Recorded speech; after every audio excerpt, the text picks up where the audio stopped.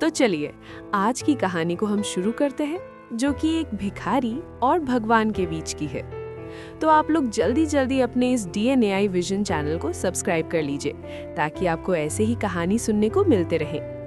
एक आदमी रोज ऑफिस जाते समय सड़क किनारे बैठे एक बूढ़े भिखारी को देखता था। वो भिखारी बाकी लोगों से अलग था।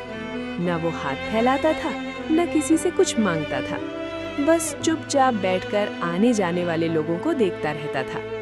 लोग उसे नजरअंदाज करके निकल जाते, लेकिन उस आदमी को हर दिन उसे देखकर अजीब सा एहसास होता था। एक दिन उसने सोचा, क्यों ना आज इसकी मदद की जाए। उसने अपने जेब से 10 रुपए निकाले और भिखारी को दे दिए। भिखारी ने उसकी तरफ देखा, हल्की सी मुस्कान दी और बोला, भगवान तुम्हारा भला करे। उस दिन के बाद वो आदमी रोज उसे कुछ न कुछ देने लगा और हर बार भिखारी उसी शांति से उसे आशीर्वाद देता। लेकिन एक दिन जब वो आदमी ऑफिस जा रहा था, तो उसने देखा वो भिखारी वहां नहीं था। उसने सोचा शायद कहीं चला गया होगा। कुछ दिनों बाद अचानक उस आदमी की तबीयत बहुत खराब हो गई। उसे तुरंत अस्पताल में भर्ती कराया गया। डॉक्टरों ने जांच की और गंभीर आवाज में कहा, इनकी हालत ठीक नहीं है। वो आदमी अब बिस्तर पर था, कमजोर और डरा हुआ।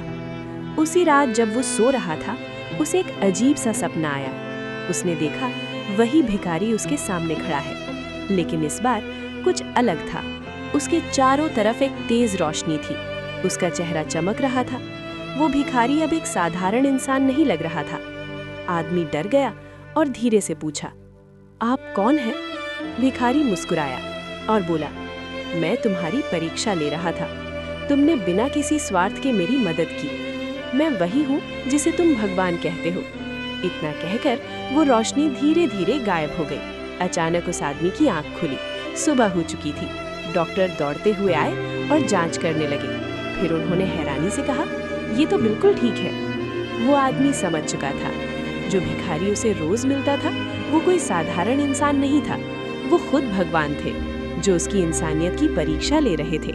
इसलिए कभी भी किसी गरीब या जरूरतमंद को छोटा मत समझो, क्योंकि क्या पता वो भगवान ही हो।